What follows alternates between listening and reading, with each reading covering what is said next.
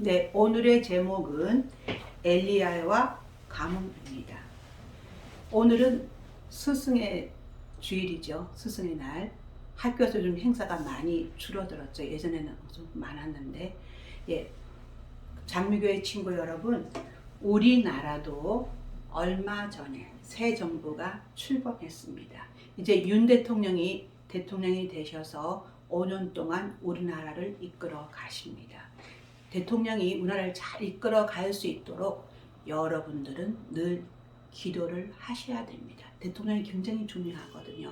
우리나라를 앞으로 잘 이끌어 갈 수 있도록 여러분은 저희랑 같이 기도를 하여야 합니다. 그러면 성경 말씀 속에서는 오늘날 대통령, 과거의 임금님이 되겠죠. 어떻게 나라를 다스렸는지 우리 한번 살펴보겠습니다. 성경 말씀으로 보고, 네, 이스라엘 나라에는 아합 왕이 있었어요. 자, 이스라엘 나라에 여러 왕들이 있었지만 왕들이 전부 다 악해서 하나님을 대적하고 우상신을 많이 섬겼어요. 근데 특히 이 아합 왕은 더욱더 악했어요. 하나님을 대적하고 이방신을 많이 믿어왔었거든요. 그러니까 살아있는 하나님을 믿는 것이 아니라 움직이지도 않는 죽은 아무 응답도 하지 않는 이방신을 엄청 섬겼어요. 그래서 하나님이 보실 때에 또 이 나라 많은 백성들이 보면은 도덕적으로 많이 해여졌고 도덕적으로 많이 이렇게 부패해졌고 나라가 많이 이렇게 부정부패가 많아요. 그러니까 하나님께서 봤을 때 백성들이 하나님을 잘 믿어야 되는데 하나님께서 봤을 때 하나님을 잘 믿지 않고 이방신을 엄청 섬기고 있었어요. 그래서 하나님은 이 백성들을 사랑하잖아요. 하나님은 백성들이 나에게 들어오기를 원하노라 하는데 사람들과 임금님은 하나님을 아주 멀리 했어요. 그래서 하나님께서 특단의 조치를 취하게 되었습니다. 자, 이 아합 임금님한테 하루는 엘리야가 찾아갔어요.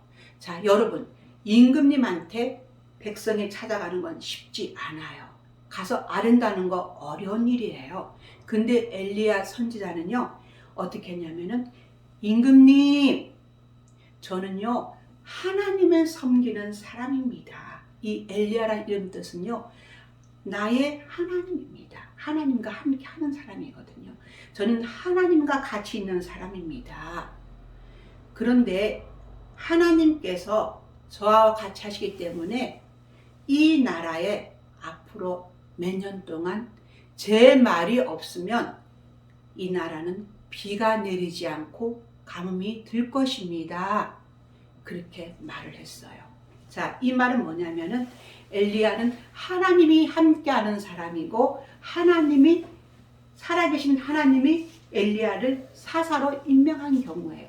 엘리야가 말을 함에 따라서 하나님이 비를 주시겠다. 그러니까 그만큼 하나님이 엘리야를 신뢰하기도 하고 하나님이 보낸 사람이거든요. 자, 이 말을 들은 아합 왕은 어떨까요? 왕은 그나서 최고 높은 권위자잖아요. 우리가 신하들이 감히 임금님 이렇게 해주세요. 말을 못해요. 감히 말을 못하는데 엘리야라는 사람이 와서 이렇게 당당하게 얘기를 하니까 이 아합 왕은 어때요? 이제 화가 났어요. 자기한테 아부해도 살려줄까 말까 하는데 아부를 하지 않고 조언을 하거든요. 아합 왕은 화가 났어요. 자, 엘리야는 이 딜세 사람이었는데 이 사람은 하나님이 함께함으로, 자, 이제 엘리야가 어때요? 이 아합 왕은 엘리야를 가만히 두지 않겠죠. 저 사람을 당장 잡아서 죽이려고 할 수도 있어요. 가만두지 않을 때에 하나님께서 책임을 져주십니다. 하나님이 엘리야한테 가서 너 아합 왕한테 이렇게 아르려무나 했는데 엘리야의 목숨을 책임지지 아니하면 하나님께서는 아니죠. 자, 하나님께서 엘리야에게 말을 합니다. 너 저기 동쪽으로 가서 그리 시냇가에 가서 숨어 있어라. 그렇게 말을 합니다. 하나님께서 엘리야에게 지역까지 다 말을 해줍니다. 그리 시냇가에 가서 숨어 있어라. 자, 그리 시냇가에 가면 이 갈대밭이 있겠죠. 갈대밭이 있는데 이 갈대 속에 숲 속에 이제 엘리야는 혼자 그곳에 숨어 있습니다. 고요히 외로운 장소죠. 이제 사람들한테 왔다 갈 수 있는 그것이 아니에요. 엘리야는 쫓기는 몸이기도 하고 하나님께서 이제 피난처로 이제 그리 시냇가를 안내해 주었거든요. 자, 이 시냇가에 가서 이제 엘리야는 조용히 기도를 하는 것이죠.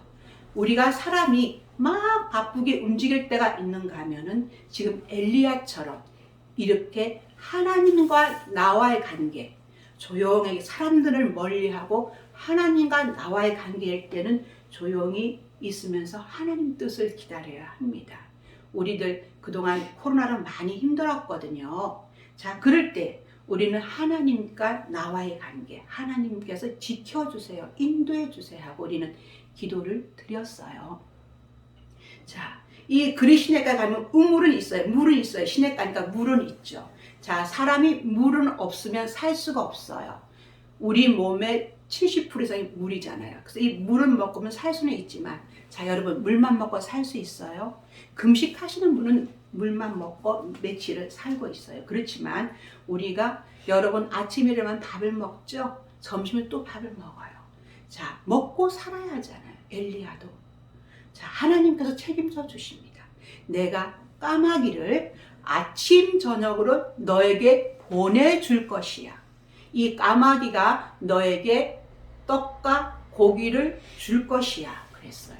자, 여러분 까마귀 아시죠? 까깍 하는 까마귀. 자, 까마귀는 19년을 산대요. 19년이면 엄청 오래 살죠.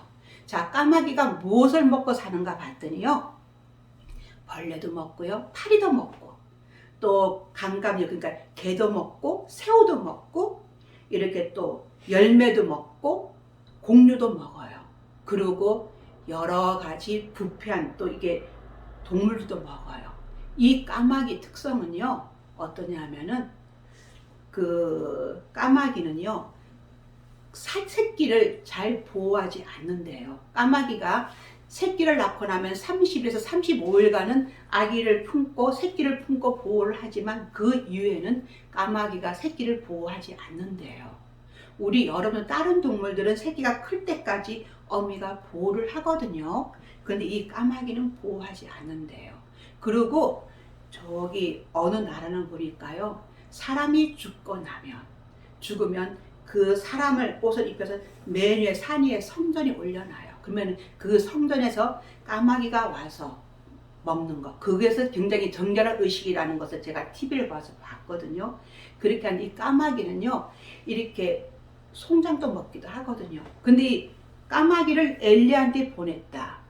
엘리야를 봤으면 어때요? 사람과 쫙 먹을 수 있잖아요. 쫙 먹고 눈을 콕 쏠 수도 있고 잡아먹을 수도 있잖아요. 그런 특성인 까마귀를 하나님께서 보내주시는 거예요. 자, 아침 저녁으로 떡과 고기를 주는 거예요. 까마귀를 통해서 하나님께서는 먹여주시는 거예요.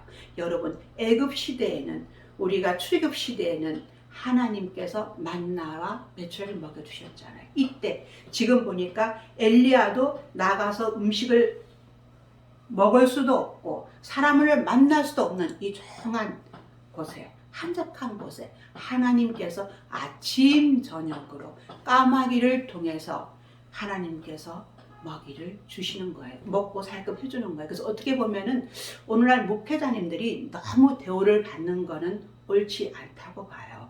우리가 성경 말씀에 보면은 이렇게 굉장히 검소한 목회자들도 그런 것이 교인한테 본이 되기도 하고요. 지금 제가 말씀이 좀 그렇지만 우리 교인들도 보면은 아주 부자로 사시는 분이 있는가 하면 아주 어렵게 사는 분도 계셔요. 그런데 큰 교회 보면 목사님은 완전히 크게 보시거든요. 그거는 또 아니라고 봐요. 하늘에서 받은 상급이 따라서 다 받는 상급이 되거든요. 목회자든 제가 클 때부터 볼 때는 목사님이 굉장히 검소하신 분을 제가 많이 봐왔어요. 그래서 그것을 저도 많이 생활에 배워왔는데, 여러분 그러면 하나님께서 이제 까마귀를 통해서 이렇게 음식을 주셨고 시냇물에 물을 먹었어요. 그런데 자, 이때가 가뭄이 들었잖아요. 엘리야가 말을 하고 나니까 가뭄이 들었어요. 이제 하늘에는 비도 오지 아니하고 몇 년 동안 비도 오지 않고 하니까 어때요? 시냇물 어때요? 비가 와요. 물이 칼칼칼칼 내려오는데 비가 안 오니까 시냇물이 이제 말라가게 된 거예요. 말랐어요. 자, 이렇게 말랐는데 그러면 이제 물이 없으니까 엘리야는 어떨까요? 그럼 죽게 되었을까요? 하나님께서는 엘리야를 죽게 내버려 두었을까요? 우리 다음 주에 하나님께서 엘리야를 어떻게 인도하는지 다음 주에 다시 보겠습니다. 네, 이 시간 기도하겠습니다.